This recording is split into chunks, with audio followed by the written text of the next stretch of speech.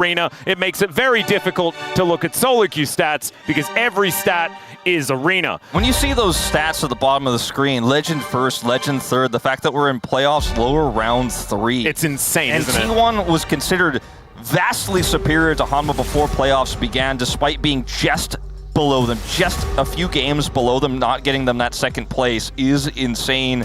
As the Bard and the Nico will be respected immediately here for Gen.G, taking those away from Keria.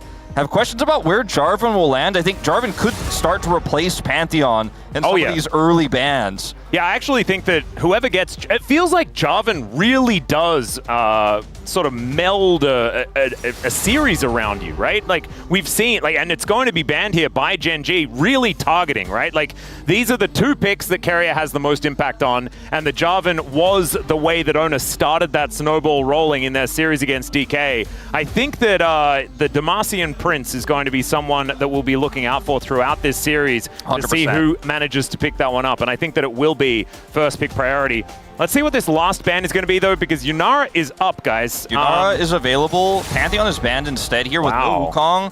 Feels like a pretty strong Yunara angle here for Ruler. We've seen teams have answers to this in the 2v2, or at least attempted answers, like the press the attack smolder we saw from Ruler himself. Yep. And so I think T1 very willing to give this up. This is not a, I guess we accidentally gave Yunara. I think they have a plan here. We don't know what that plan is just yet, but they will also have jungle priority pick here as well, since Gen.G did take that away. They have red side, so it's a great way to try to utilize red side as well as remove Yunara from play for the rest of the series. Yeah, the thing that I'm a little bit worried about is, will Gumayusi go towards the Smolder pick, right? That we've seen be the handshake option into the Yunara. It doesn't really feel like a Guma champion to me. And otherwise, we've seen a lot of other picks not really work. Like, is it just a Felios? Is that what he's going to be playing into it as sort of his hyper carry of choice in the matchup? As the Orianna, massively high priority and does go over the Faker, that is a big deal because he's been so good on this champion. And this new Bruiser Orianna that we've been seeing has been... yeah, looking pretty broken, and that is going to be Xin Zhao for Ona. Needs no introduction there, I don't think. I mean, I think he was considering the Nocturne potentially to lock down the Yunara in the back line. Great ball carrier, but don't know what the rest of this draft is going to look like just yet. Another option we haven't talked about in the bottom lane, but is now very difficult to lock in, is the Lucian pick, which we have seen attempted to take out the Yunara in the bottom 2v2, but now on red side, you can only get one part of that, and the other parts will be taken away. And see the Vi Galio to come through here for Gen.G now. So a lot of frontline and engage to set up this Yunara to clean up team fights. Yeah, and I actually kind of like the idea of playing around Ruler here in game number 1, because I think Ruler and Keen were the 2 that were, I think Duro as well. It was mainly Canyon and Chovy that was struggling. So put them on utility and then allow Ruler to carry and get that momentum rolling, maybe get some mojo back into the jungle and mid lane. But there is that Corki like you were talking about. To me, Corki has been Ruler's best champion this year, and you take it away for the series now. So now you don't have to worry about Ruler's Corki. For the rest of the series, you won't have to worry about his Yunara. You will have to worry about it here in game 1, but feels kind of similar veins to what Chronica was talking about with that Ziggs pick that they showed us earlier on in playoffs, where they just take it away. Rakan going to be removed here now for that lane sustain, and also the amazing follow-up he has with the Vi and the Galio. The Alistair, one of the stronger pairings for the Corki in this lane, 2v2. See what ends up coming through here finally for Keria, because I feel like even Rel could work in this draft here for T1. Yeah, there are so many support bans so far. Like, we already have 4 taken away. So that pool is getting a little bit thinned. There is still things like Liliona, the Nautilus, stuff like this that they can look towards, but maybe one more ban is going to come through. I don't know about the Rel situation, but instead it's going to be the Renekton taken away from Doran. I think Keen wants to play Ambessa. Do you want to save counterpick for Doran or for Keria? I think probably for Doran in this case, as if you could just lock in Nautilus or Leona, you're fairly safe here. It's tough to dive because of the stuns and the roots that those champions can pick up to defend said dives. He's just going to take the Ambessa away. I like it a lot. And I actually think Keria having counterpick is really important, because if Duro just locks in a melee engage support, you can Lux it. You can throw a Karma in that lane. You can really punish. the lane, the 2v2, in a way that can help put that Yunara behind, which is looking like the sole carry at this point in time in Gen.G's comp. Two ways to play this as Gen.G. One, you just slam a tank down, you front to back with your already insane front line, or you go for like Aatrox, Camille. Man. You go for the aggressive pick, you go for the lockdown backline access, and when you have Galio already with Vi, it just becomes so simple. And even if you don't kill the Corki, it doesn't matter. You just kill anyone. And then you have such a front line that the rest of T1 won't be able to compete. And with Orianna in particular, she's more burst-oriented. Her ultimate is really the main part of the fight. If you can kill the Corki, the Orianna will never be able to compete with the damage that this Yunara is putting out later on in the game. And Gen.G are basically setting this up to be hyper carry ruler with so much front line. You'll never be able to touch that Yunara. Absolutely not, and that is a Braum that will be locked in alongside this Yunara this time around. Duro not going to be going the full engage route. You know, engage Braum is something we've laughed about a fair bit, but the Poppy left up and available. This is something that's been banned quite a bit during these playoffs. Will get through here, will be the final lock-in for Carrier. Not exactly the most lane power that you can get, but still going to be very, very powerful in breaking up these team fights and denying the sort of we're just going to collapse on top of you and hope that you all die style of composition that Gen.G does have. T1 kind of misread what Gen.G were looking for here. They banned the Aurora, don't want to lose the top lane, don't want to take away Doran's ability to get prio there, but instead Gen.G are like, we're playing for composition here. We're going to get this Camille. We have Camille, Galio, Vi, and Yunara. Team fights are so free for us. And now T1 end up with a Poppy, which feels almost like desperation as a get-out-of-jail-free card for setting up on objectives. For example, if you can knock some of those champions away, you might be able to get that fair fight. For team fights, when we get to 3rd Drake, 4th Drake, when we get to Baron, it's all about can T1 win the fight practically instantly, or do they lose it? There is no in-between. There is no late game where we're going to see Gumayusi barely clean up the fight. That is so rarely going to happen when these two compositions collide. Yeah, you're exactly right. And it's going to be a difficult Poppy game as well, right? Because there's quite a few champions that just don't really care, right? Galio, happy to get knocked away. He can just fly back in almost immediately. Vi presses ult. You can't move her around anymore. And the Camille has the ability to go untargetable as well if you can time it correctly. So going to be a tough game to really get the most Keeper's Verdict value. Let's get onto the Rift here for game number 1 of this do or die best of 5.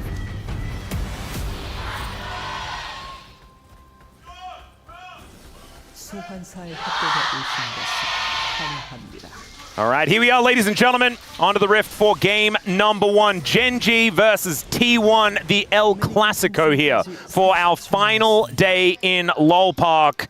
And it's kind of insane that one of these teams does get to go to the Inspire Arena later on next week, and another team is just going to be going home. And not only that, but also has to face off against the 4th seed of the LPL in the first best of 5 of Worlds. They could have, like, there could be 3 games and then you're just home again. Yeah, for T1 or Gen.G, what? It's crazy how we went from it's always either T1 or Gen.G lifts the LCK trophy, and there's different times in different eras where we're like, oh, it's definitely either Gen.G or T1, like one is so favored, to Hanwha Life lifting the trophy last season in summer, to now one of these teams gets the chance to play the lower bracket finals, and we still might not have either of them, actually. Yep. It could still be Hanwha Life versus KT in the grand finals. So just crazy to see a big shift here in the LCK right now, as this bottom 2v2 is going to be quite volatile here.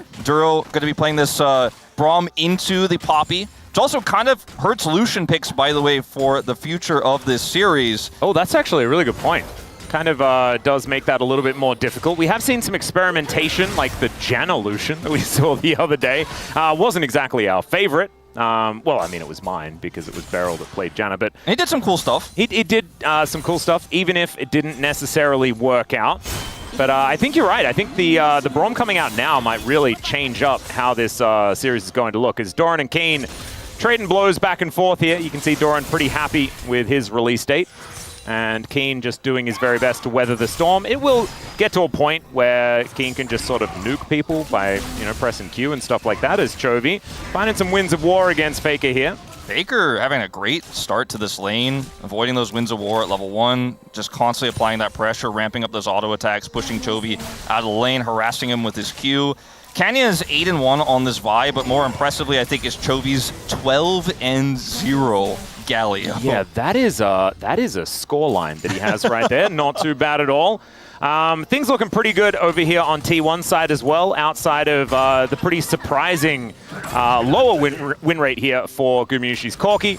Hasn't necessarily found as much success. Now notice the junglers are both path different directions. This top lane is very gankable for Canyon to come up here and look for absorbing that pressure that Doran is looking to put on here. You mentioned the release state difference. It's just a really hard matchup for Camille early because Doran has those shields, has all those dashes, so could just outmaneuver him essentially in the lane. But this is a gankable lane where the Vi has power. Bottom side, looking for a little bit of a trade here. Not as gankable for the Xin Zhao, I would say, though. Yeah, not so much. Bit of Slurkle value there on Decaria, but not too much more. Do want to say thank you to Valdez yesterday for really vindicating the Slurkle, and I appreciated it so much. Just needed him to know that. Look at this, by the way. Like, we mentioned it briefly. Like, this is across, now 15 across international events as well. 2 times at EWC, that win at MSI as well. This is for all time. He's pretty good at Galio. He does have the most famous Galio play of all time as well before it was changed. He does. Because of him. the good old Flash Taunt. Yeah. That was DRX against Gen.G. Yeah. So that was BDD. I think BDD was playing Zoe in that series. Kind of crazy stuff. I think I went back and watched that play like a few months ago, just because I was like, there's so many phenomenal Galio games for Chovy. I remember the 4-man taunt, but I couldn't remember the context all that well. I remember it very well because it was on my caster audition for the LCK. Hey, I was there for that too. Yeah. All right. Well, my memory of that isn't quite as good. I have to admit, I did a few of those auditions. As Chovy and Faker still just laning it out here, both of them having teleported back in.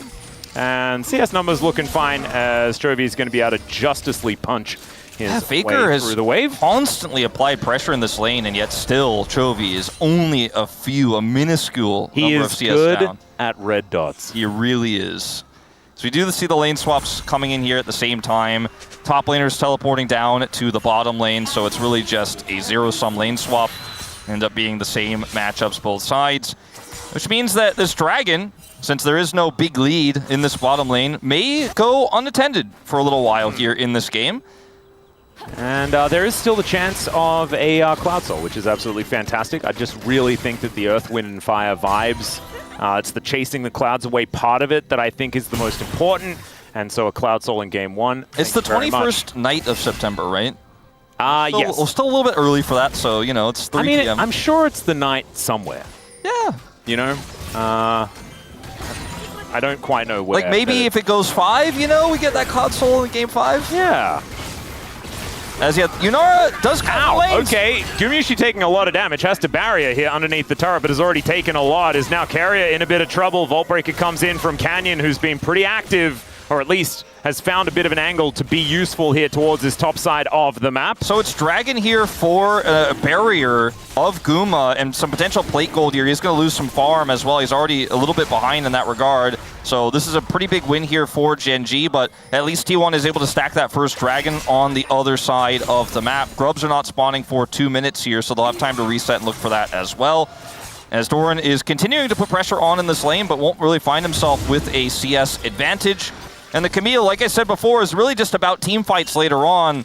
It's the setup with the Galio they drafted it for, not because they think it's going to smash Ambessa in this early game or gain prio. Yeah, I do still think that Keen will have a great time in side lanes as well later on in the game. It's one of the reasons why Camille has been so good is that she does team fight really well, gets that backline access, but also just kind of nukes turrets. Canyon's going to have level 6 here. There is a control ward on that Tri-Brush, but this is a nice setup for Gen.G. Yep, there's the hook shot to come in. Hextech Ultimatum comes down there as well as the public execution tries to come out here as Doran has to flash, but the flash forward from Keen!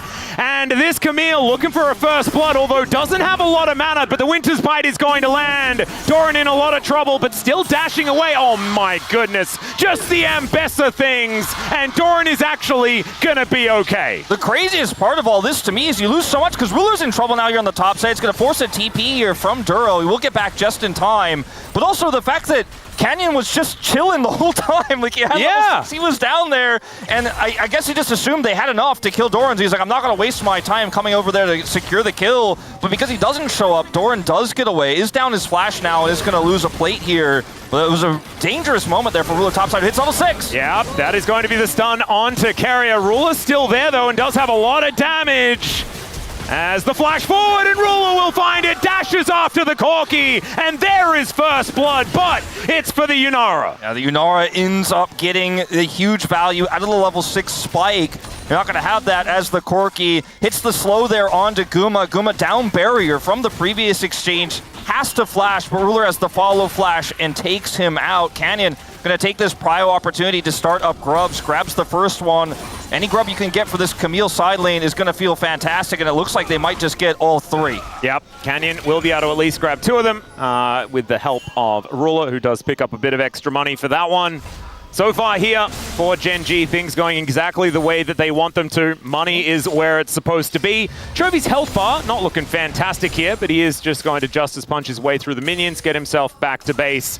And being a wave behind is absolutely fine here for the Galio. Still hoping that he finds some more impact later into the game. Look at this calculation here from Ruler, knowing he's going to hit 6 off this minion. Goes for the dash forward first. That cooldown is bleeding, right? And he goes for this arc here, grabs the slow, forces the flash, gets his dash back at the last possible second. Dashed first, he gets it right at the end, and that's what is able to close the gap there on that Corki to secure the kill.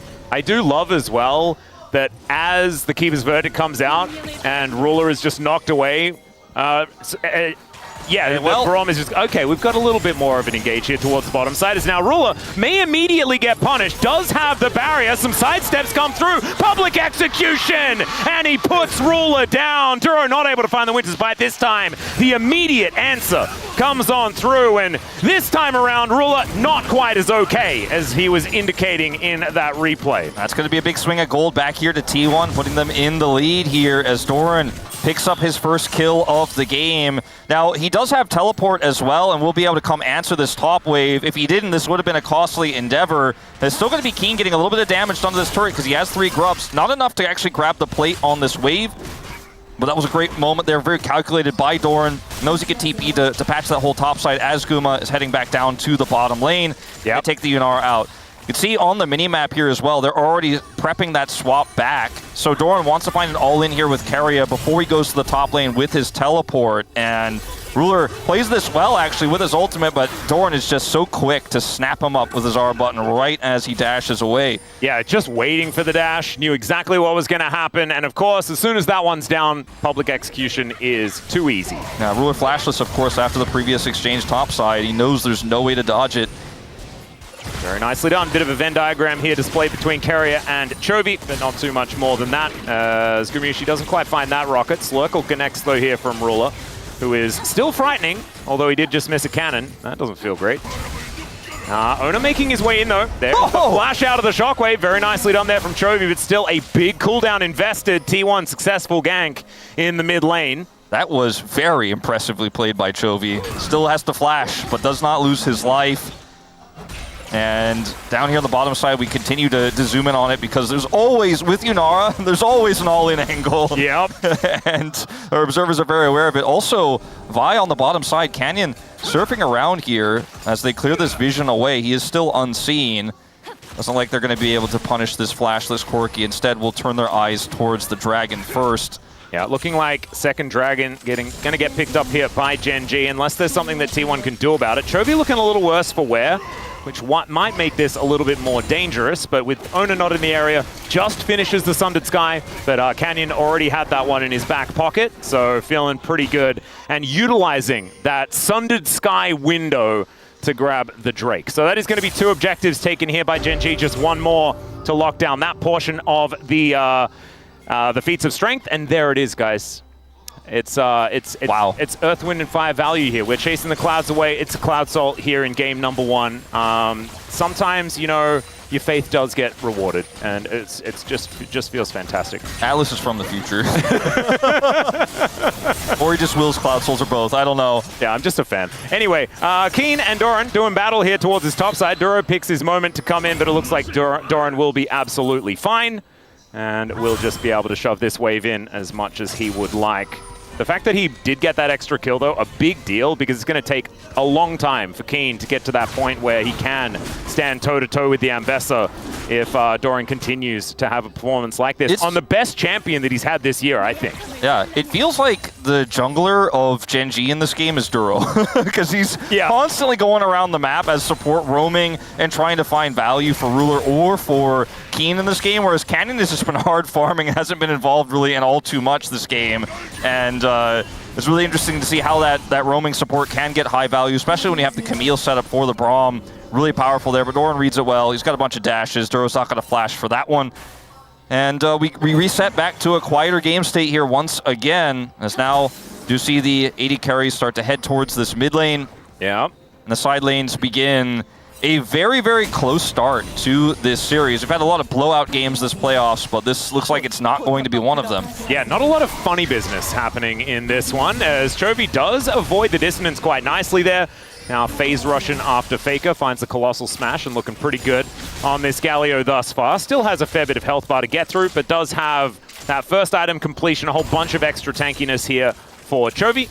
Yeah, he's still down his flash, but you know, not going to be too impactful in this side lane unless a gank does happen. And it's a lot of caution, I think, that both teams are showing right now. We're not seeing a lot of heavy commitment from junglers to ganks or big skirmishes just now, and since there's no objective up, well, maybe I spoke too soon. Owner has control vision here. Yeah, looking for a little bit of a window, perhaps, as Gumayusi on the Cloud Rift super runny fast patch. I think that's what it's called. Yeah, something like that. It's not a circle. It's a fast call.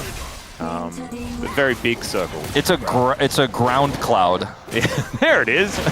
But it's also a speed up. Yeah, I don't know how to like, because like you've been up a mountain, right? And you're in the clouds. I don't go faster. I just feel a bit wet. Yeah. You know, that's sort of what happens. So I'm a bit confused as to why it happens the way that it happens, but I prefer not to question it. The champions just turn into like their planes zooming. Yeah, maybe that's what it is. Yeah. That's pretty cool. I like, even if that's not true, that's the way I'm going to think about it from now on, as Doran finding a little bit of harass here against Keen, but it looks like things are going to go okay now that Trinity Force has been put together. Ruler fighting against two. He's feeling a bit strong, I could imagine. Every time he presses Q, you need to get away from him. Yes.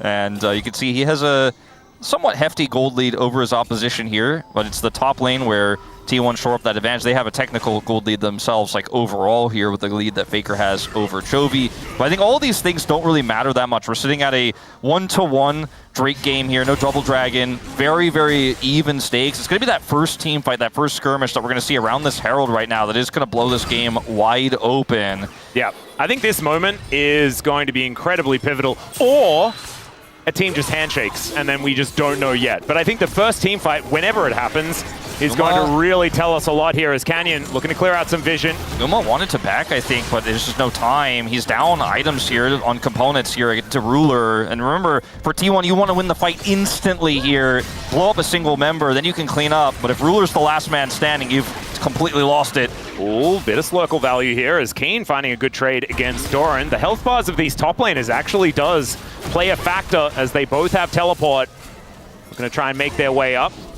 And Chovy and Faker will be still ping-ponging some waves here. The Rift Herald now down to about 4,000 as Gumayusi Carrier in the area. A bit of a rotation down. The Keeper's Verdict comes through, but it's immediately buffered by the ulti from Canyon. And the heroic entrance comes down there as well. Justice Punch, fantastic. But the Yunara is dead. They've taken down the Poppy, but that is not enough value. And Keen will be wiped out as well. Doran continues to fight. This guy's Ambessa is absolutely absurd as he picks up the triple. Can it be the Quadra? He's tanking up the turret, and he will allow Owner to pick up the kill, although Chovy may not. So he's just going to get himself out of there, but he is the last man standing. He's the only one alive on the side of Gen.G, and like I said, this fight's going to blow the game open. T1 with flying colors take the fight here, as Gen.G are set up to secure Herald. T1 are set up to fight. And look at the buffer there. It's fantastic. The ultimate does come out here. But when you look at what happens next, the Yunara is actually caught. Doran gets into the backline. Value. And the shockwave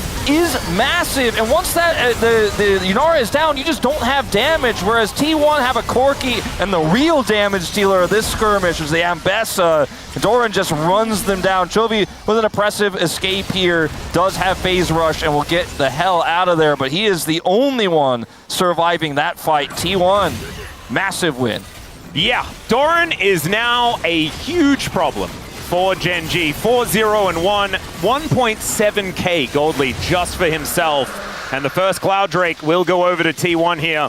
That'll be their prize. Cloud Drake, arguably, I mean, if there's an Ambessa in this game, I'd argue the Cloud Drake is higher value for Gen.G even individually because of the melees they have and how reliant they are on them, and the movement speed would be so beneficial. So even each individual Drake Gen.G doesn't pick up really hurts how this composition could have otherwise functioned here. T1 with one more big win on top of the skirmish on the top side. Yeah, it's absolutely massive as Faker will pick up this wave. The Chovy shoved towards this top lane. Runan's picked up here for Ruler, but does really want 3 items before he's very strong. Gumayushi still looking for item number 2, but it's 2 items that you feel great on when it comes to the Corki. So they will be feeling better and better as the next, I reckon, 10 minutes, 7 minutes perhaps goes on. And that will allow T1 to really sink their teeth into this advantage that they picked up. It is, as you look at the top of your screen, 1.6k. It's not end of the world type gold lead, but we said that the way this first team fight is going to look is really going to set the tone for how the rest of this game is going to be, and T1 looked pretty good. As T1, you could play through shutting down this Camille side lane win con because yes, she has grubs, but your Ambessa is just so much more powerful and is going to be hitting big spikes early in this game with the gold that Doran just picked up. So they're going to actually look to gank Doran himself. Yep, looking for a bit of an angle here. Hextech Ultimatum comes down. Public Execution comes in as Carrier is going to evict the Camille. And now it's only Canyon and Duro that are down here underneath this turret. And Doran once again is going to survive. Doesn't even have to flash in the exchange. Carrier getting huge value out of the Keeper's Verdict there to save the play. Now Owner's here and Duro's left alone. Yep, he's going to put down the door. Tries to flash his way out, but there's a teleport coming in. Ulti from Duro coming on through here, and I think they know that this Braum is dead. Keen still gonna go in, but Faker's teleport. Now Keen is in so much trouble. Ruler comes down, protects with a Swirkle. And that is going to be it. Oh, never mind the edge of the Shockwave, and it's a double kill for Faker on this Orianna. Saves the ultimate for so long, knows he doesn't need it for the initial kill, and then finally is able to lock down Keen on the edge with the Shockwave, takes him out there, and T1 now poised to take this mid-turret, are running away with game 1 of the series. Yep, you've got Chovy now rotating down, but that will be feats of strength. Oh, never mind. Gen.G did lock down feats of strength by taking the top outer turret while we were speaking. But still, being able to break open the mid lane, a huge deal. Chovy now lying in wait in this brush. And we'll see whether he can at least stop the back here, and he does. Canyon moves over, though, as Owner is in perhaps a bit of trouble, but he does want to brawl, as we can see. Ruler's still doing a fair bit. But the problem is I feel like T1 showed it in that team fight. They can just say that Ruler's dead and he will die. Yeah, 100%. And this, Doran's ability to absorb pressure has been iconic for him as a player across his career. On all 3 teams he's recently been a part of, right? And you consider he draws them all in, then they stick around way too long here, Owner shows up, and then you have this teleport from Faker with this really deep ward that's in the brush. Doesn't Shockwave here, even though there's a possibility he could have catch Keen, he's like, nah, not gonna go for that one. Waits till the possibility of the flash of the Shockwave is gone, gets the flash here, Keen has no recourse, no way out, catches him on the end, picks up the double. Yeah, and right on the very edge of that Shockwave range as well. Absolutely fantastically done there by the GOAT. And that's going to move them to about a 2.5k gold advantage here at 21.5 minutes into the game. T1 really getting this snowball rolling down the hill in the first game. And we do need to say, Gen.G, they had side selection moving into this first game. They chose blue side. T1 winning on red here in game 1 would be a huge deal, especially when the Yunara is invested, when Chovy's Galio, his undefeated Galio, is invested. There is a lot of those fearless bucks that they've used in this first game. Now, in in defense of the game state for Gen.G, they still have this Yunara that's heading towards 3 items. They still have incredible setup for it. Even though this Camille is now practically made of paper, she will still have the ability to ult with Galio when Chovy goes in on top of Gumayusi. And if Ruler is able to have, with all this front line, that may even just be taken out by a shockwave relatively quickly, if he's able to get into a game state where he can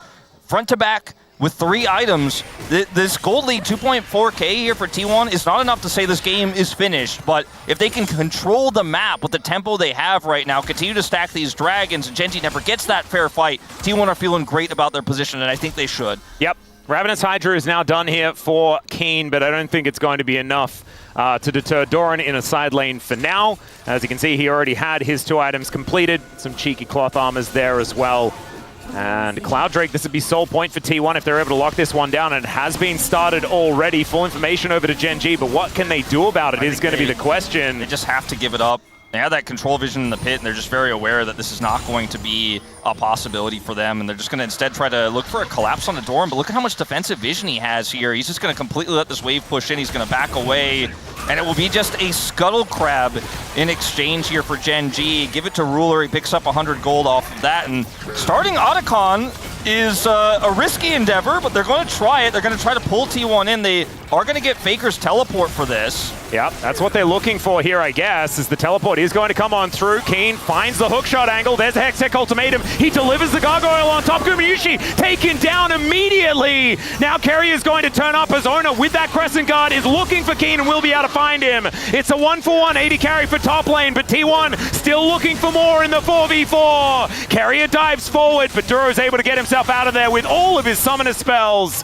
And I don't know whether this works for Gen.G, because they gave up a Drake and then went 1-to-1 in a fight. Yeah, they went 1-to-1 in the fight. Duro loses his flash on the exchange there as Doran is able to force it with an ult there.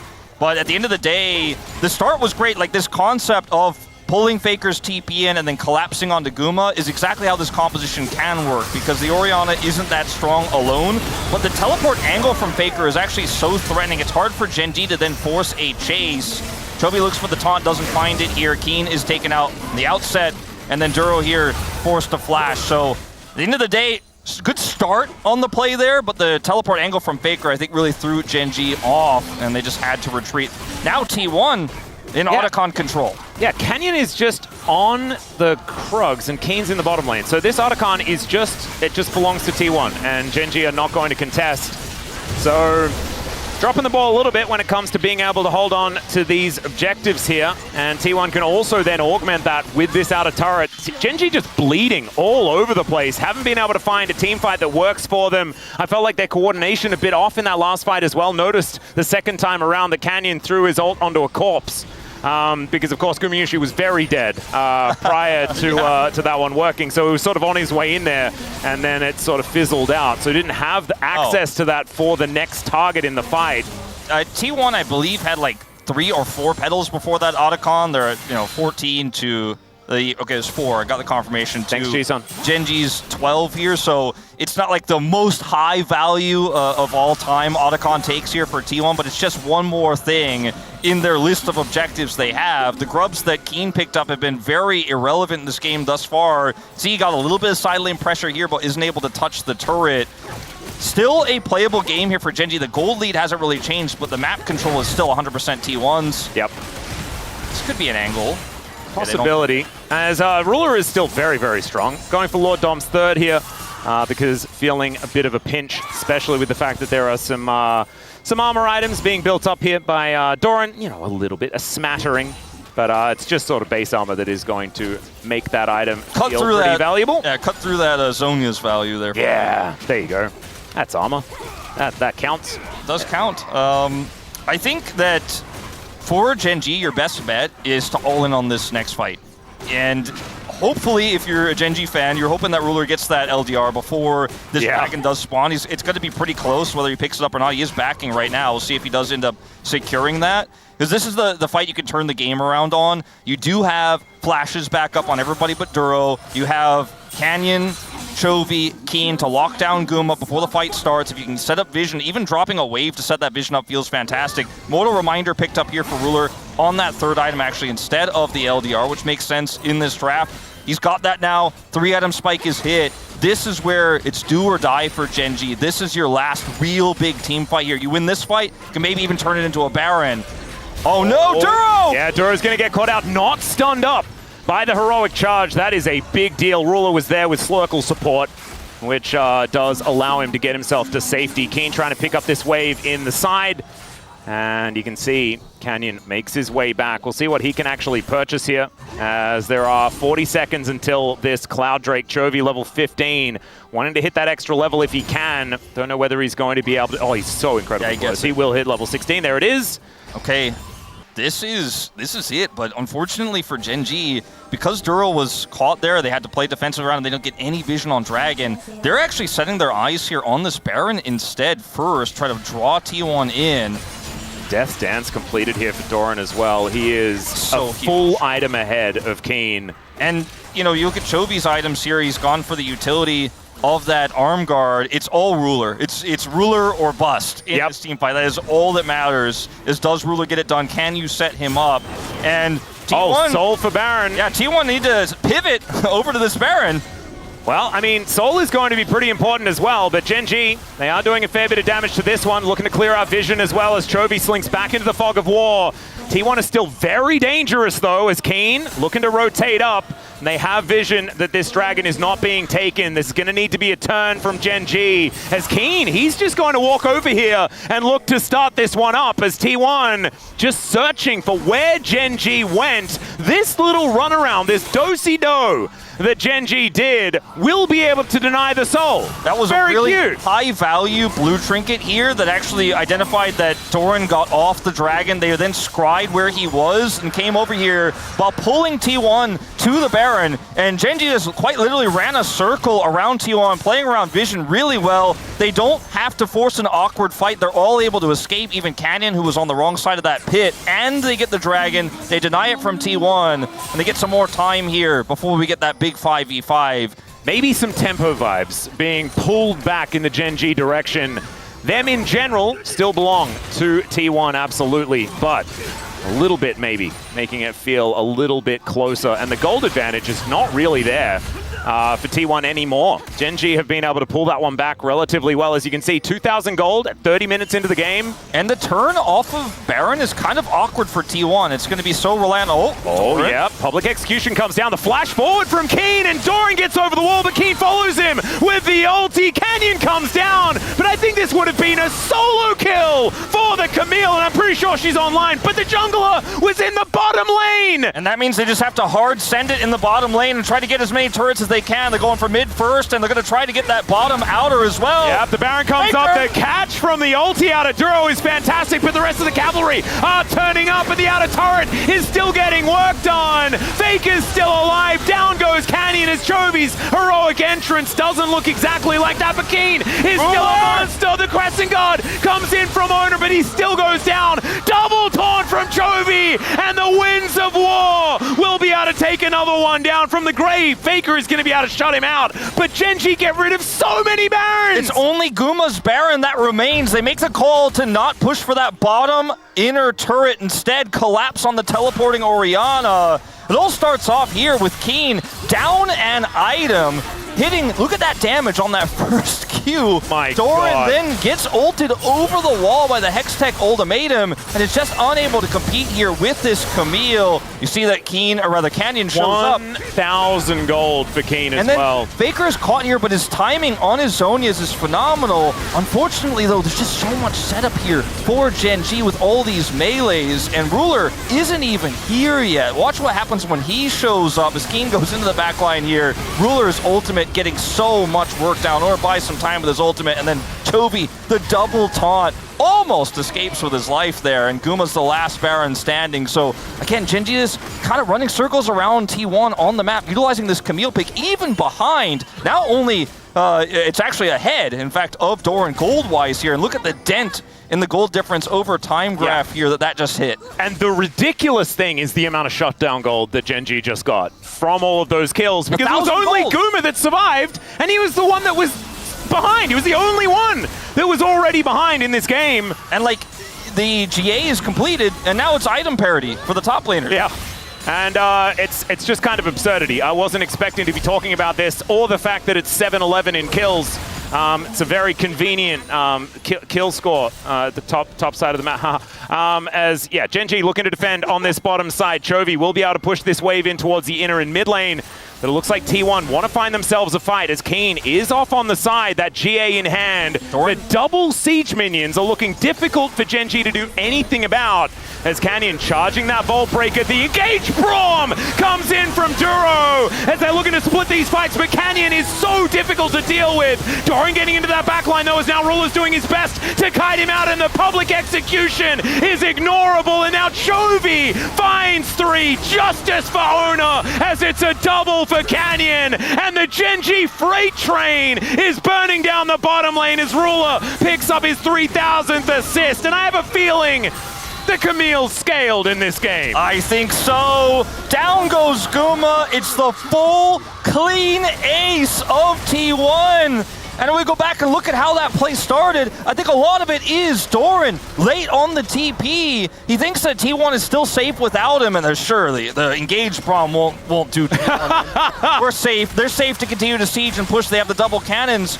But look at where Doran is on the map. I think if you want to play this far up and play around your double cannons, you just got to bring your Ambessa. Instead, they decide to 4-1 it. And Gen.G are like, no, you stepped both carries forward. Yeah, both carries caught. Your Faker first, and then look at Ruler's damage here. Doran shows up, and he's just shredded immediately as they try to buy time for the rest of T1 to get out. But Keen gets in the back line with Chovy, has GA, so it's not even a sacrifice of the Camille. And when you have this Yunara in the late game, yeah, sure, he hit 3,000 assists, but they are assisting him. He is the main character of this draft. And Gum will be the last to fall, and T1 now incredibly far behind in this game. Yeah, the problem is that Gen.G have kind of hit the things that they needed to. GA back again here for Keen. There is another one now on Canyon at the same time. And T1, there is still Cloud Soul available for them if they can lock this one down, but things are looking so much more difficult. All of the ultimates still there here as Gen.G look to see what they can do. T1 still formidable, still scary as the Slurkle comes in. Keen just halving the health bar of Owner as he dashes on top, but it's not a full commit here from Gen.G. They're making sure they have the vision. They are still respecting what T1's going to be capable of. So hard to get something done with Shockwave here when they have choke point control. Banana Brush, they're constantly trying to put control words in it, but just feeding them to Gen.G as they're cleared out repeatedly. This means Faker just doesn't have any agency, and I think that T1 are just going to have to give this up. What is the Galio poke? What the heck was that about? Big damage. It's actually doing a fair bit of work. Here's Keen, finds the angle. He gets on top of Owner, but it's Ruler's damage that we need to be wary of. And he takes down Doran. The Crescent Guard comes in, but Chovy just says, no, you're not allowed to engage. Duro and Canyon dealing with Owner off to the side, and the rest of the fight is going to be there as Keen gets out of the way of Faker, and Faker will overextend, unfortunately. Chovy able to take that one down. Steadfast presence just doesn't feel very steadfast at this stage of the game, and Gen.G just think, nah, it's not really about the Dragon when we can kill a Nexus and take game one. Yeah, I think the eyes were for Dragon. T1 get caught by the Keen flank, and their eyes are now for Nexus. Is Keen so far behind this game? How many games is this guy going to be? Like, remember, his game was 1-4 on Gwen, and just pops off later. This guy is taken over. Well, Carrier now trying to be a hero, but that charge ain't going to work. Guma just dies in the blink of an eye, and the Nexus will explode. Gen.G looked. They gave up so much in this game. They looked down and out and are able to turn it around and pick up game one in this best of 5. And if all the games are like this, I might die.